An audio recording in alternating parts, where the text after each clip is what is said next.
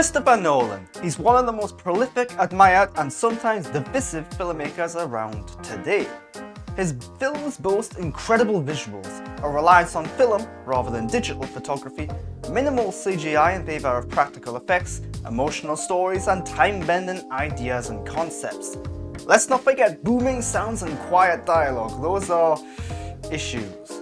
Sometimes it all comes together in a feat of the senses, and other times it's all a bit of a loud confusion. So today I'm going to rank all of Christopher Nolan's feature-length directorial efforts. Note first though that Christopher Nolan's one of my favourite filmmakers working today, so even Nolan at his worst is still pretty good in my eyes. Anyway, here they are, Christopher Nolan's films from worst to best, ranked. That's it. I mean, if you've got any questions, then... Why not two?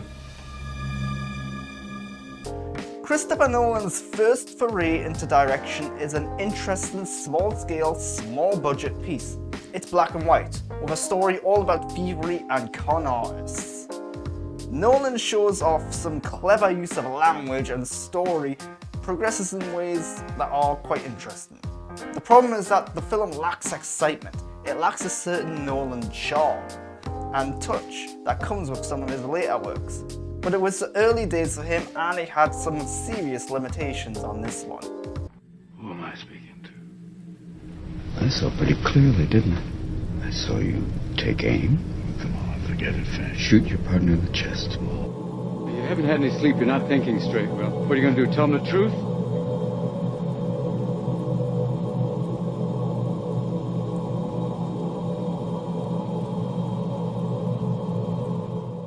Insomnia was Nolan's second film, but it's also the least Nolan-esque of all of his films. This feels like the film Nolan made so that he could go on to make the films he really wanted to make. A favour for a favour sort of thing. It's a remake of a Scandinavian crime thriller. It's well shot and well acted, but also pretty traditional and straightforward.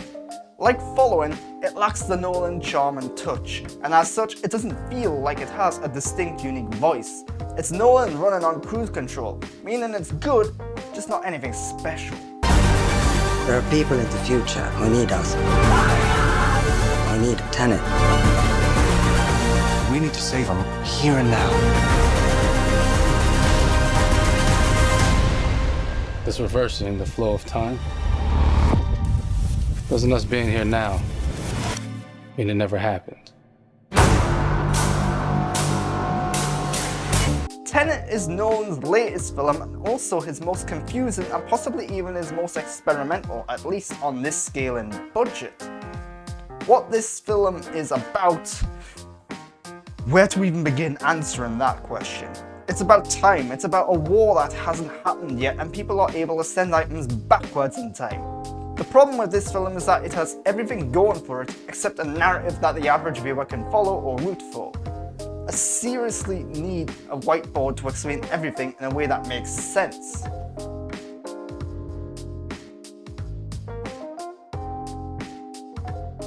It also lacks characters with compelling backstories or personalities. Hell, the main character doesn't even have a name.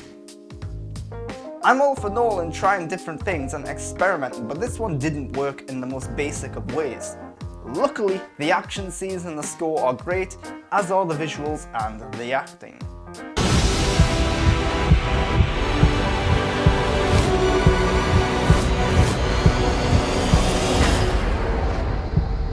You can practically see it from here. What? Home. Like Tenet, Dunkirk was a bit of an experiment. It was also Nolan's blatant attempt to nab an Oscar, something he's been known to have wanted for a long time. Dunkirk, like Tenet, suffers from a lack of basics. This one does have a story, it's very simplistic and straightforward, but in Nolan fashion, it's told out of sequence for dramatic effect. What this film lacks is characters. There is no lead character. None of the characters have distinct personalities and few of them even speak. This is a film all about showcasing the emotions of the situation and the filmmaking skills of Nolan and his crew. It's more of an experience than a piece of entertainment, for better and for worse. I have no short-term memory. Since my injury, I can't make new memories. Everything fades. If we talk for too long, I'll forget how we started, and next time I see you, I'm not going to remember this conversation. I don't even know if I've met you before. I've told you this before, haven't I? Memento was the first Nolan movie that really solidified what a Nolan movie was and would be. It messed with time in that it told the story backwards. That's right, you see the ending before the beginning, and then you see the beginning at the end. It sounds weird, but it works to great effect. Top it off with a character expertly played by Guy Pearce, who cannot retain new memories, so he takes mementos by writing and tattooing information onto his body.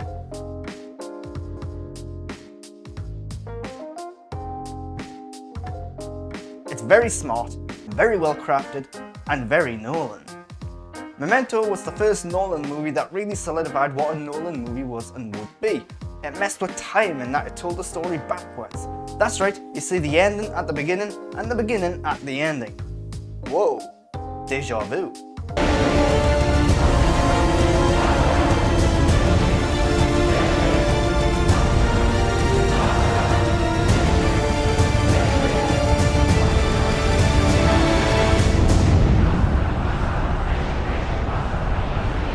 My mother warned me about getting into cars with strange men. This isn't a car. Nolan's Dark Knight trilogy came to an end with The Dark Knight Rises, a somewhat divisive Nolan movie for several reasons. Firstly, there are plot holes and story points that don't make a whole lot of sense. That's very not Nolan-like. Then there are some character choices, both story-wise and in terms of how they're depicted, that rifled some fans. I mean, you can't always understand what Tom Hardy is saying in the film, and that's a bit of a problem. And there's not a whole lot of action for a blockbuster action movie. But there are brilliant visuals, a good score, great acting, and it's all suitably dramatic and epic for Batman's final out. I'm not gonna make it! Yes, you are. Yes, you are. You might have to decide between seeing your children again and the future of the human race. We'll find a way. We always have. Nolan's attempt at a science fiction epic hit all the right buttons. There are some great ideas and concepts, and adherence to science and fact in most cases, gorgeous visuals, great special effects, and a brilliant acting. This is without a doubt Nolan's most emotional film.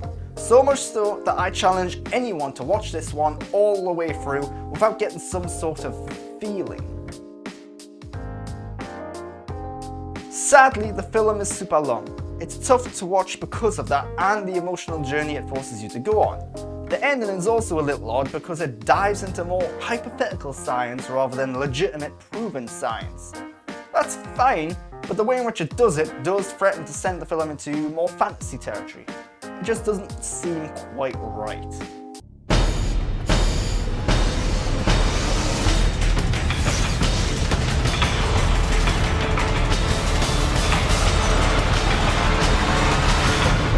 Where are you?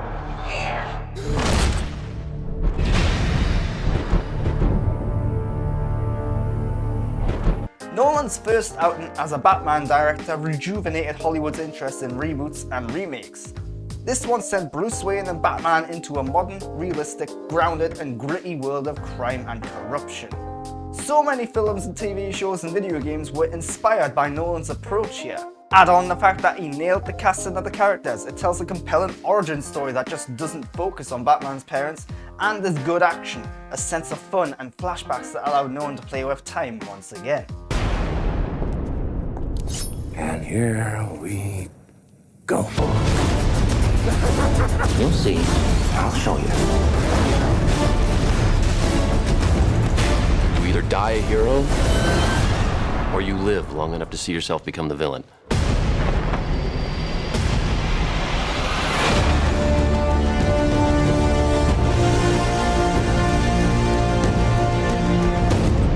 The Dark Knight is one of the finest superhero and crime films ever made. It's damn near perfect. Heath Ledger is the standout with one of the greatest performances ever depicted in film as the Joker. When it comes to the style and visuals, this is Nolan at his best, and there are plenty of twists and turns and some good action too. It is arguably a bit long. It also recasts Katie Holmes, which isn't bad, but it does take some getting used to, and it's arguably not a Batman movie, but instead a Joker movie, or just a crime thriller. These are minor little nibbles, but they're there.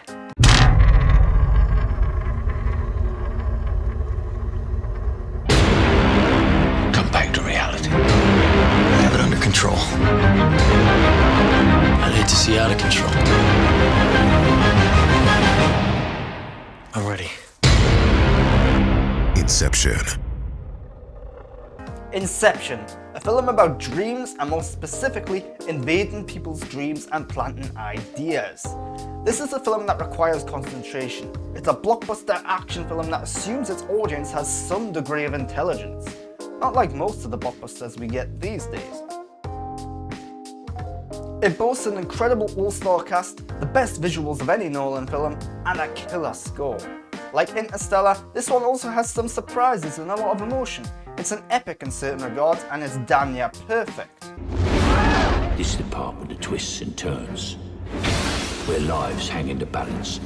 Julie, come on! And you see something shocking you've never seen before. This was built by a man who can actually do what magicians pretend to do. Real magic. I know what you really are. How does he do it? You want the truth? Nothing is impossible. Abracadabra.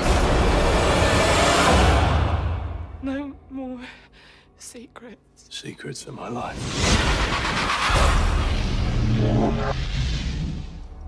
The Prestige is a magical film in every possible way.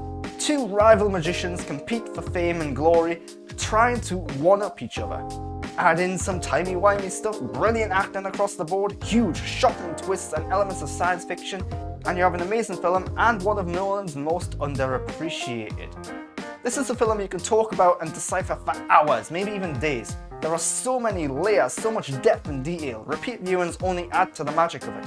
It really is something special. And those are all the Nolan films ranked. But before I finish up, shout out to the cinematographers of Nolan's films, Wally Pfister and Hoyt van Hoytema, who deserve a lot of credit for these films too. There's not a bad one among them, no matter where they happen to rank. And that's the end of this ranking. Let me know in the comments down below how you would rank Christopher Nolan's movies. And of course, subscribe to my channel to get more content like this. There's plenty more out there, so go check it out, please. A subscription would help as well. And why not also go over to Twitter and Instagram, follow me at _Grant Burton. Until next time though, thanks for watching.